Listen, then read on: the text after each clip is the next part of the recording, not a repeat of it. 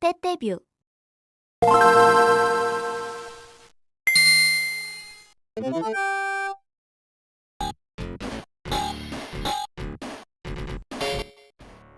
(1989년) 전 세계 오락실을 뜨겁게 달궜던 벨트 스크롤 액션의 교과서, 동전탑을 쌓게 만들었던 마성의 게임, 바로 파이널 파이트입니다.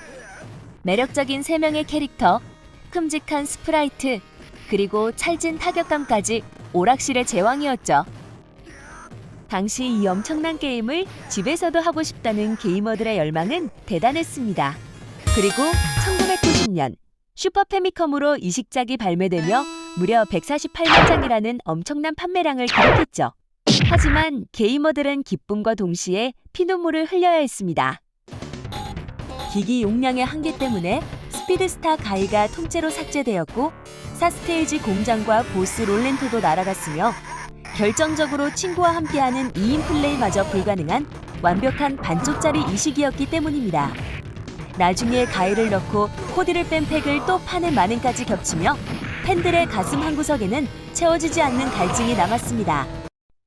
그로부터 10년이 지난 2001년, 캡콤은 휴대용 기기인 게임보이 어드밴스로 하나의 타이틀을 내놓습니다. 상처받은 유저들의 마음을 완벽하게 치유해준 궁극의 타이틀, 오늘 리뷰할 우주명작 파이널 파이트 1입니다.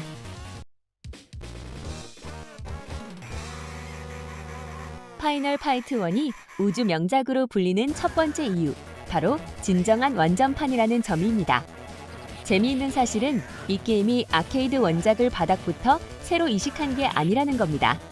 철저하게 과거 슈퍼 패미컴판의 소스코드를 기반으로 만들어졌죠. 적들의 등장 위치나 AI가 슈퍼 패미컴판과 완벽하게 똑같습니다. 하지만 과거 용량 때문에 뼈를 깎는 고통으로 덜어내야 했던 그 살점들을 GBA판에서는 전부 다시 붙여넣었습니다. 드디어 코디, 가이, 해거 3인방이 하나의 팩에 온전히 모였습니다. 통째로 날아갔던 공장 스테이지와 악랄했던 수류탄 보스 롤렌토도 완벽하게 돌아왔죠. 무엇보다 감동적인 건 2인 협동 플레이의 부활입니다. GBA 통신 케이블을 연결하면 오락실에서 친구와 등 맞대고 싸우던 그 감성을 주머니 속 휴대기기에서 완벽하게 재현할 수 있었습니다. 야, 뒤에 조심해. 고기 내가 먹는다. 하며 티격태격하던 그 시절의 낭만이 부활한 거죠. 슈퍼 패미콤 시절의 한 10년 만에 시원하게 풀어준 셈입니다. 그렇다면 시청각적인 부분은 어떨까요? 여기서 파이널 파이트 1만의 뚜렷한 특징이자 호불호 요소가 나타납니다. 가장 눈에 띄는 건 매우 화사해진 그래픽입니다. 당시 초기형 GBA 기기 화면이 워낙 어둡다 보니 캡콤은 게임이 잘 보이도록 색감을 형광빛이 돌 정도로 밝게 뜯어고쳤습니다. 오락실 특유의 칙칙하고 어두운 뒷골목 느낌은 사라졌지만 중간중간 세련된 일러스트 대화창이 추가되면서 2000년대에 걸맞은 깔끔한 인상을 줍니다. 하지만 휴대용 기기의 태생적 한계로 인한 단점들도 분명 존재합니다. GBA의 가로로 긴 화면에 맞추다 보니 화면 상하가 꽤 많이 잘려나갔습니다. 캐릭터는 큼직해 보이지만 위아래로 움직일 공간이 좁아져서 원작보다 맵이 좀 답답하게 느껴지죠. 가장 아쉬운 건 사운드입니다. 기기 성능 탓에 BGM 음질이 탁해진 건 그렇다 쳐도 액션 게임의 생명인 타격음이 퍽퍽거리는 깡통 소리처럼 가벼워졌습니다. 오락실의 그 묵직한 뼈 때리는 타격감을 기대하셨다면 손맛에서 약간의 아쉬움을 느낄 수밖에 없습니다. 피가 튀는 연출이 삭제되는 등 순한 맛으로 검열된 부분도 하드코어 팬들에겐 감점 요소죠.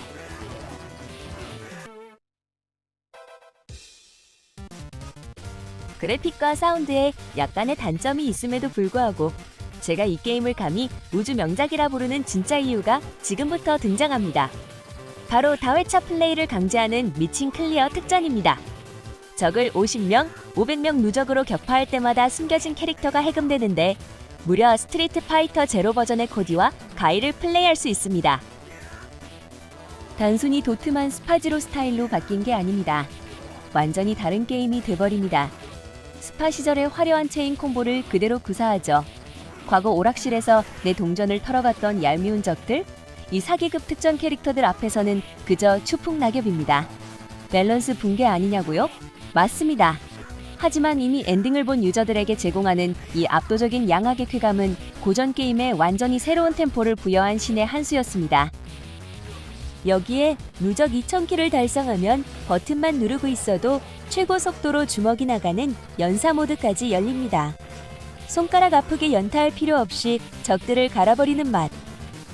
캡콤은 액션 게이머들이 뭘 원하는지 너무나 잘 알고 있었습니다.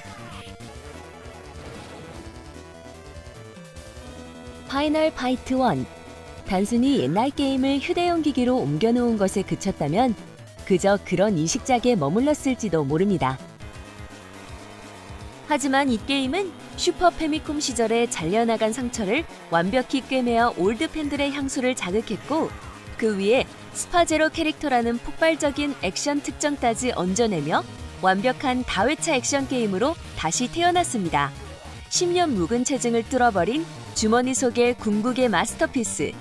이것이 제가 파이널 파이트 1에 내리는 한 줄 평입니다. 벨트 스크롤 액션을 사랑하신다면 지금 당장 무신류 콤보를 꽂아 넣으러 가보시는 건 어떨까요? 오늘 리뷰는 여기까지입니다. 재밌게 보셨다면 구독과 좋아요 부탁드리며 저는 다음에도 찰진 게임 명작 리뷰로 돌아오겠습니다. 시청해주셔서 감사합니다.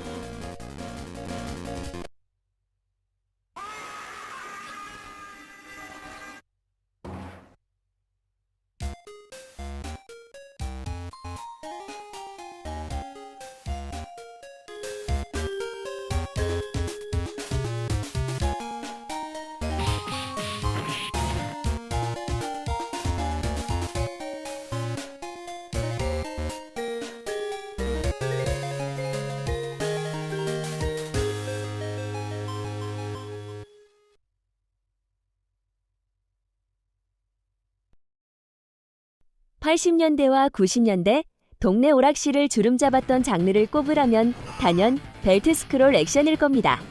파이널 파이트, 캐딜락 같은 수많은 명작들이 있었지만 그 모든 길거리 싸움꾼들의 위대한 조상이자 근본을 따지자면 우리는 반드시 이 이름을 기억해야 합니다. 바로 더블 드래곤이죠. 하지만 오늘 우리가 이야기할 게임은 오락실 구석에 있던 그 먼지 쌓인 기판이 아닙니다. 여러분, 혹시 서랍 속에 굴러다니는 GBA 게임팩 하나가 지금 수십만 원을 호가한다는 사실 알고 계십니까? 2003년에 발매되어 북미 시장에서 고작 1만 장 남짓 팔리며 시대의 뒤안길로 처참하게 묻혔던 게임. 하지만 20년이 지난 지금 GBA 최고의 몸값을 자랑하는 전설의 프리미엄 타이틀이 된 바로 그 게임. 오늘 리뷰할 두 번째 우주 명작은 벨트 스크롤 액션의 근본을 넘어 완벽한 집대성을 이뤄낸 마스터피스, 더블 드래곤 어드밴스입니다. 도대체 어떤 미친 퀄리티를 숨기고 있길래 안 팔렸던 이 게임이 전설이 되었는지 오늘 그 찰진 손맛의 비밀부터 눈물겨운 탄생 비화까지 싹 다 파헤쳐 보겠습니다. 이 게임이 우주 명작의 반열에 오를 수밖에 없었던 이유는 바로 개발자의 깊은 한풀이에서 시작되었기 때문입니다. 이 게임을 메인으로 기획한 에비누마 무네키는 과거 슈퍼 패미컴용 리턴 오브 더블 드래곤을 만들었던 핵심 개발자였습니다.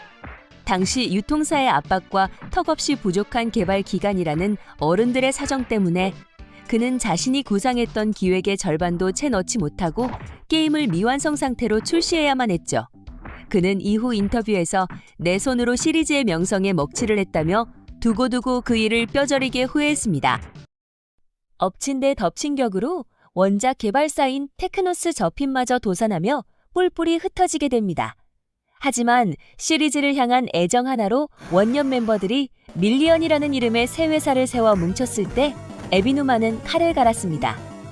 과거의 아쉬움을 완벽하게 씻어내고 더블 드래곤의 진정한 매력을 부활시키겠다며 영혼을 갈아넣기 시작한 거죠.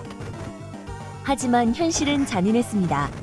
당시 북미 유통을 맡았던 아틀러스의 원가 절감 정책 때문에 GBA 팩 중에서도 가장 저렴하고 용량이 적은 단 32메가비트, 고작 4메가바이트의 카트리지를 할당받은 것입니다. 당시 잘 나가던 포켓몬스터 같은 게임들이 16메가바이트 이상을 펑펑 쓰던 시절에 요즘 시대폰카 사진 한 장 용량도 안 되는 4메가바이트라니요. 이 옹색한 용량 때문에 에비노마는 자신이 기획했던 방대한 스테이지와 추가 요소들을 피눈물을 흘리며 잘라내야 했습니다. 하지만 그들은 포기하지 않았습니다. 남은 절반의 액션 뼈대를 4MB 안에 극한으로 압축해냈고 낭비되는 바이트가 단 1바이트도 없는 기적의 최적화를 이뤄냈습니다. 그렇다면 대체 그 4MB 안에 뭘 어떻게 우겨 넣었길래 극찬을 받는 걸까요? 더블 드래곤 어드밴스는 단순히 1편을 색칠놀이에서 이식한 게 아닙니다. 테크노스 저펜이 만들었던 명작 액션 게임들의 핵심만을 모아놓은 초호화 액션 올스타전입니다. 첫 번째 혁신은 공방의 진화입니다. 과거의 벨트 스크롤이 적과 Y축을 어긋나게 서서 꼼수로 때리는 방식이었다면 어드밴스는 미완성이었던 리턴 오브 더블 드래곤에서 뼈대를 가져와 완벽한 가드 버튼을 도입했습니다. 무지성으로 주먹만 휘두르는 게 아니라 적의 공격을 막고 웅크려서 펀치를 피한 뒤 곧바로 기상 어퍼컷을 날리는 격투 게임급의 쫄깃한 심리전이 생겼습니다. 두 번째는 이 게임 액션의 진정한 꽃, 마운트 펀치입니다. 적을 쓰러뜨린 뒤 그 위에 올라타 무자비하게 파운딩을 날리는 이 기술은 사실 같은 집안 식구인 열혈경파 쿠니오 군에서 가져온 겁니다. 멱살을 잡고 명치에 무릎을 꽂아 넣다가 업어치기로 던져버리고 쓰러진 적 위에 올라타 주먹을 연사하는 이 길거리 싸움 특유의 찰진 손맛은 정말 미쳤다는 말밖에 안 나옵니다. 세 번째, 위기 상황을 단숨에 뚫어주는 화려한 공중 필살기, 용밀한 풍각과 천살 용신권은 전설의 명작 더블 드래곤 2에서 그대로 계승했습니다. 여기에 쌍절곤, 채찍, 새롭게 추가된 칼리스틱 등 찰진 무기 액션까지 더해졌죠. 방어, 콤보, 묵직한 마운트와 화려한 필살기. 이 모든 시스템이 톱니바퀴처럼 완벽하게 맞물리며 역대 시리즈 중 최고의 손맛을 완성해냈습니다. 아무리 시스템이 훌륭해도 때리는 맛이 가벼우면 액션 게임은 반쪽짜리에 불과합니다. 이 게임의 타격감은 과장 좁은 곳에서 기기의 버튼을 부수고 싶을 정도로 묵직합니다. 그 비결은 바로 역경직의 마술에 있습니다.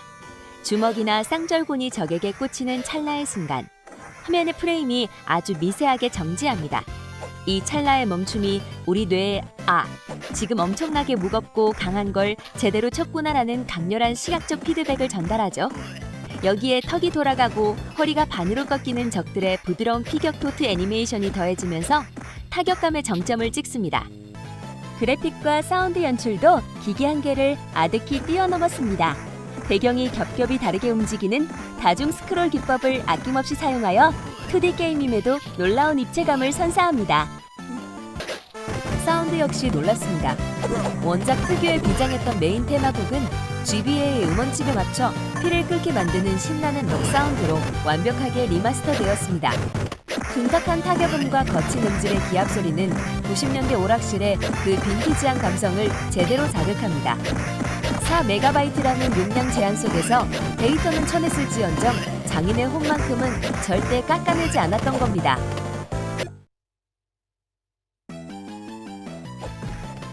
물론 이 위대한 명작에도 뼈아픈 단점과 타협의 흔적은 존재합니다. 가장 큰 단점은 역시 4MB의 저주가 낳은 아쉬운 볼륨입니다. 새롭게 추가된 적들과 보스가 있긴 하지만 스테이지 전개 자체가 빠른 편이라 액션에 몰입하다 보면 1시간도 안 돼서 엔딩 크레딧을 보게 됩니다. 너무 재밌어서 한창 피가 끓어오르는데 갑자기 밥상을 치워버리는 느낌이랄까요? 감질맛이 폭발합니다.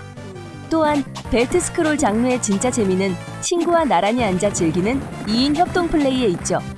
하지만 GBA 환경에서는 기기 2대, 팩 2개, 거기다 통신 케이블까지 구비해야 하는 까다로운 조건 탓에 사실상 1인용 게임으로 외롭게 즐겨야만 했습니다. 마지막으로 초보자들의 멘탈을 부수는 꽤 매운 진입장벽입니다. 아군의 기술이 다채로워진 만큼 적들의 인공지능도 굉장히 영악해졌습니다. 거구의 아보보는 무자비하게 던져대고 린다는 멀리서 채찍으로 견제합니다. 새로워진 가드와 회피, 그리고 크라우칭 시스템을 확실히 숙지하지 않고 옛날 오락실 감성으로 버튼만 연타했다가는 잡졸들에게 둘러싸여 명치가 털리는 매운맛을 보게 될 것입니다. 발매 당시 화려한 3D 게임들에 밀려 시대의 흐름을 잘못 탔고 고작 1만 장 남짓 팔리며 소리 소문 없이 사라져야 했던 비운의 타이틀. 하지만 묵묵히 갈아 넣었던 개발자들의 장인 정신은 결국 세월이 흘러 유저들에게 재평가받았고 지금은 수십만 원의 돈을 주어야만 구할 수 있는 최고의 프리미엄 카트리지가 되었습니다. 하지만 다행히도 우리는 더 이상 비싼 돈을 주고 이베이를 뒤지며 한숨 쉴 필요가 없습니다. 2023년 발매 20주년을 맞아 스팀과 닌텐도 스위치 등 현세대 기기들로 완벽하게 이식되었거든요. 이제는 만원 남짓한 착한 가격으로 끊어짐 없는 깔끔한 화면에서 이 전설적인 액션의 손맛을 온전히 즐길 수 있게 된 것입니다. 과거 오락실에서 형들 어깨 너머로 쌍절곤 좀 돌려보셨던 분들, 그리고 화려한 그래픽보다 내 손끝으로 전해지는 진짜 묵직하고 깊이 있는 2D 액션의 정수를 맛보고 싶은 분들이라면 오늘 밤 당장 이 우주 명작을 플레이해 보시길 강력히 추천해드립니다. 오늘 리뷰는 여기까지입니다. 재밌게 보셨다면 구독과 좋아요 부탁드리며 다음번에도 여러분의 심장을 뛰게 할 숨겨진 우주 명작을 꽉꽉 채워들고 찾아오겠습니다. 지금까지 시청해주셔서 감사합니다.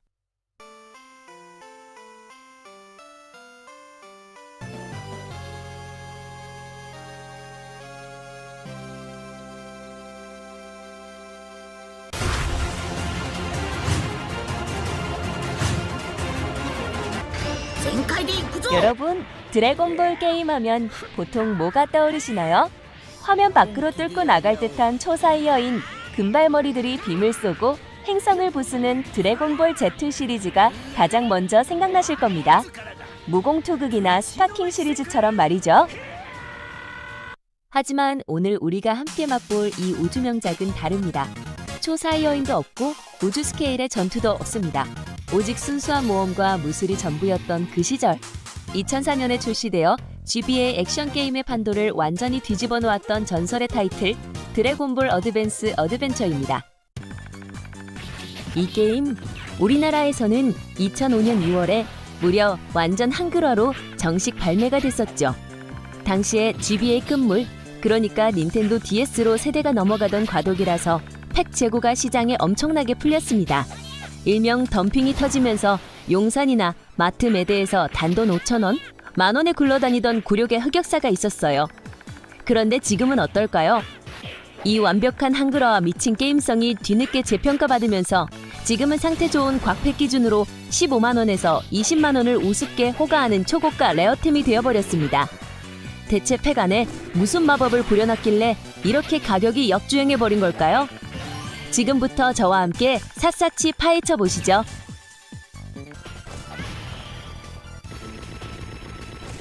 가장 먼저 눈에 들어오는 건 시대를 초월한 2D 픽셀 아트? 바로 도트 그래픽입니다. GBA 말기 시절 개발자들의 도트 깎는 장인 정신이 그야말로 극한에 달했을 때 나온 작품이죠. 드래곤볼 Z 시절의 그 각진 근육질 그림체가 아닙니다. 토리야마 아키라 작가님의 오리지널 소년편 특유의 둥글둥글하고 귀여우면서도 묘하게 역동적인 화풍? 그걸 2D 픽셀로 완벽하게 빚어냈습니다. 오공이 가만히 서 있을 때 꼬리가 살랑거리는 디테일이나 대시할 때 발밑에서 일어나는 먼지 효과를 보세요. 그리고 액션 모션 프레임이 정말 변태적으로 촘촘합니다. 여의봉을 휘두르거나 발차기를 할 때 GBA 특유의 뚝뚝 끊기는 느낌 없이 물 흐르듯 아주 부드럽게 이어집니다. 단순히 캐릭터만 예쁘게 찍은 게 아닙니다. 배경을 보시면 캐릭터가 서 있는 가까운 곳과 저 멀리 있는 구름이나 산이 서로 다른 속도로 움직이는 다중 스크롤 기법을 맵 전체에 떡칠을 해놨습니다. 든두운을 타고 날아갈 때나 킹캐슬 내부를 달릴 때 이 다중 스크롤 덕분에 2D 평면 게임인데도 속도감과 3D 뺨치는 공간감이 장난이 아닙니다. 이 정도면 지금 나오는 최신 레트로풍 인디게임들과 비교해도 압도적으로 승리하는 봄이죠. 하지만 그래픽은 거들 뿐 이 게임이 진짜 우주 명작 소리를 듣는 이유는 바로 뼈대 굵은 전투 시스템에 있습니다. 보통 횡스크롤 액션 게임 하면 그냥 오른쪽으로 쭉 가면서 공격 버튼만 드르륵 연타하는 게 끝이잖아요. 이 게임은 아닙니다. 하나의 팩 안에 잡몹을 쓸어버리는 횡스크롤 액션, 사방에서 적이 몰려오는 종스크롤 비행 슈팅, 그리고 체력바를 띄워놓고 싸우는 정통 1대1, 대전 격투까지 무려 3가지 장르가 꽉꽉 눌러 담겨 있습니다. 구색 맞추기로 대충 넣은 게 아니라 각각 단독 타이틀로 내놔도 손색 없을 만큼 완성도가 높아요. 그럴 수밖에 없는 게 이 게임의 개발사가 딤프스입니다. 캡콤과 SNK에서 스트리트 파이터와 킹 오브 파이터즈를 만들던 액션 격투 게임의 썩은 물들이 모여서 세운 회사가 바로 딤프스거든요. 그 짬바가 어디 가겠습니까? 적을 위로 띄운 다음 점프키를 눌러 공중으로 순식간에 쫓아 올라가 두들겨 패는 에어 대시 콤보. 그리고 상대방의 콤보가 들어올 때 정확한 타이밍에 맞고 즉시 반격하는 가드 캔슬까지. 조작에 익숙해질수록 이 조그만 GBA 화면에서 웬만한 정통 격투 게임 뺨치는 스타일리시한 심리전이 펼쳐집니다. 타격할 때마다 미세하게 들어가는 화면 흔들림과 찰진 이펙트 사운드는 아, 내가 진짜 손오공이 되어서 때리고 있구나 하는 엄청난 쾌감을 선사합니다. 스토리 모드 엔딩을 봤다고 끝이냐고요? 진짜 지독한 노가다는 엑스트라 모드부터 시작입니다. 맵 구석구석에 숨겨진 초상화 카드를 모으면 캐릭터가 해금되는데요. 보통 게임들은 기껏해야 대전 모드에서나 몇 번 써보고 버리잖아요. 여긴 다릅니다. 내가 수집한 무려 30명의 캐릭터들로 메인 스토리 액션 스테이지를 처음부터 끝까지 다시 돌 수 있습니다. 피콜로 대마왕 같은 사기캐로 잡몹들을 유린할 수도 있고 심지어 레드리본군 말단병사나 늑대인간 같은 얼토당토하는 엑스트라로 스테이지를 깨는 예능 플레이도 가능합니다. 이래서 다회차 플레이 타임이 무한대로 늘어나는 거죠. 아, 그리고 재미있는 개발 비화가 있습니다. 해외 유저들이 롬 파일을 뜯어보니 개발 마감일 압박 때문에 뼈대만 만들어 놓고 버려진 나무나 차우즈의 더미 데이터가 묻혀 있었다고 합니다. 게다가 딤프스는 이 미친 액션 엔진을 한번 쓰고 버리기 아까웠는지 1년 뒤에 발매된 북미판 GBA 원피스 게임에 이 타격 시스템과 엔진을 거의 그대로 복붙해서 재활용하기도 했죠. 아는 사람만 아는 재밌는 팩트입니다.